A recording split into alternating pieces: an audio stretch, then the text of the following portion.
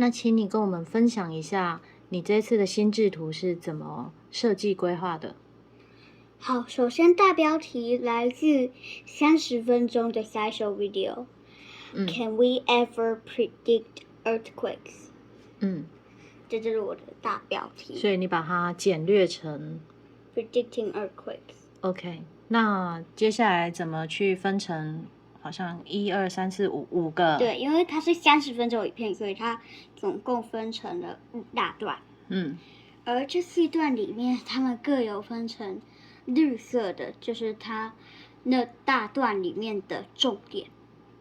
而这里它是蓝色的，而且它这里有一个图，因为你说它分成5大段，它是5段影片，还是它是说有5个问题？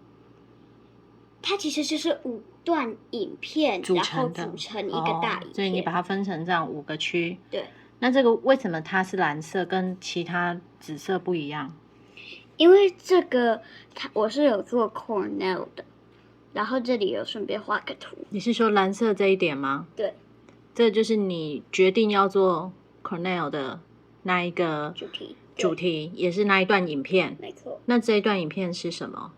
就是说，现在一些科学家正在试着让我们的大楼比较不容易因为地震而被伤害到或倒。这真的蛮不错的主题。那这个图呢？这图应该有意义吧？只有它有图。这个图意思就是，这个图里面就是大楼倒塌的样子，然后就有一个静止的符号，意思就是 anti 吗？对 ，anti。好 ，OK。Involves investigating how to strengthen the buildings themselves. Some of that involves using fancy new construction ingredients like carbon nanotubes.